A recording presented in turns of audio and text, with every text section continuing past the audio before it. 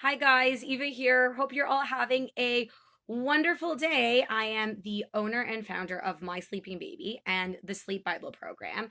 And today is Tuesday. So, in honor of Sleep Tip Tuesday, I'm going to be answering one mom's question in the My Sleeping Baby Facebook community. So, today's question is from a mom named Jennifer. And she wants to know, does anyone here have a 2-year-old who keeps waking up at night? My son wakes up every night at different times screaming. Nothing seems to calm him down. It's so hard to get him to go back to sleep. He'll ask for milk usually too. I don't know what to do. Will this ever end? Okay, this is a great question, Jennifer. So, to answer the first part of your question, actually more like the last part of your question, is this ever going to end? Absolutely, because let's be real, by the time he's 16, he's likely not going to be waking you up at night asking for a bottle of milk. So the reality is that the better question to be asking is this going to end anytime soon? And the answer is we don't know. We have no idea because chances are there is something that is causing and triggering this recurring nighttime behavior. And so if we don't jump in and intervene, then there's no guarantee as to how much longer this could go on for. So if you ask me, the better question to be asking is this fixable today? Or in the very near future? Does my 2-year-old need to be waking up repeatedly at night for a bottle? And is this good for him? And the answer is no. Your 2-year-old can absolutely be sleeping through the night on a regular basis. And is it good for a toddler to be not sleeping in a consolidated fashion throughout the night? No, because we're humans and toddlers are humans as well. And we're designed to sleep best with a to behave best the next day with a proper night's sleep. It's a basic human necessity for living.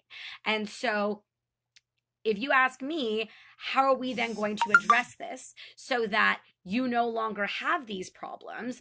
You want to look at this specific issue from two different lenses. One lens is you want to take a close look at what exactly is happening at bedtime. Could the way that he's falling asleep be causing the night waking? And lens number two is how are you responding to him when he wakes up at night? So let's talk about bedtime. How we fall asleep initially is what sets the tone for the rest of the night.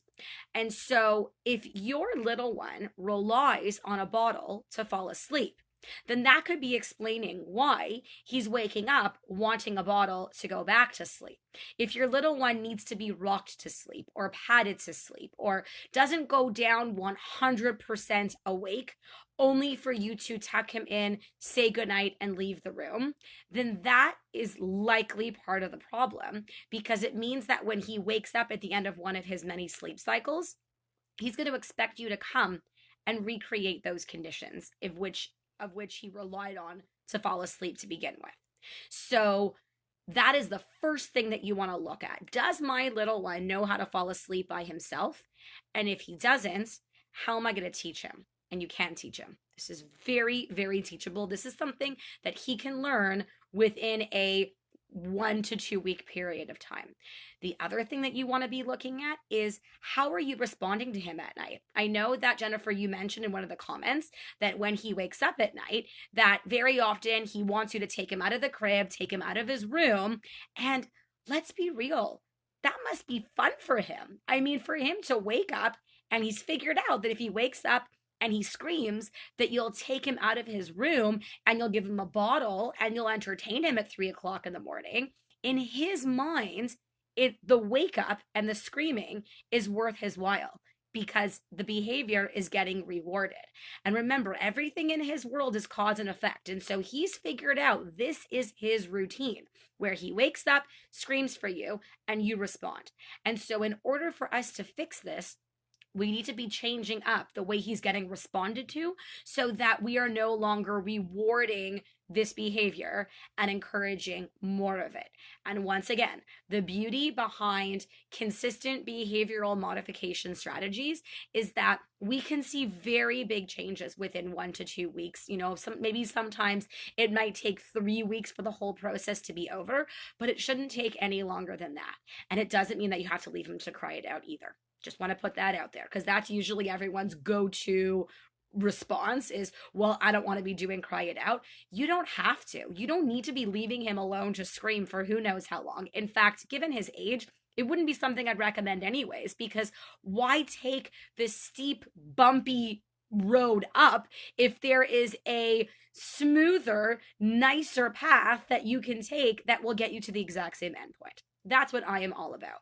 So, will this ever end? Yes, we don't know when, because as long as we don't intervene, then this could continue to go on for longer. So if you want to fix this, you can. Make sure that he is falling asleep without assistance initially at bedtime so that you can tuck him in, say goodnight, and leave the room. And make sure to switch up how you're responding to him so that he's no longer getting that bottle, so that you're no longer taking him out of the crib, so that he gets used to and learns how to fall back asleep without all that intervention. I hope that this was helpful and that you guys all have a fantastic day. Take care. Bye-bye.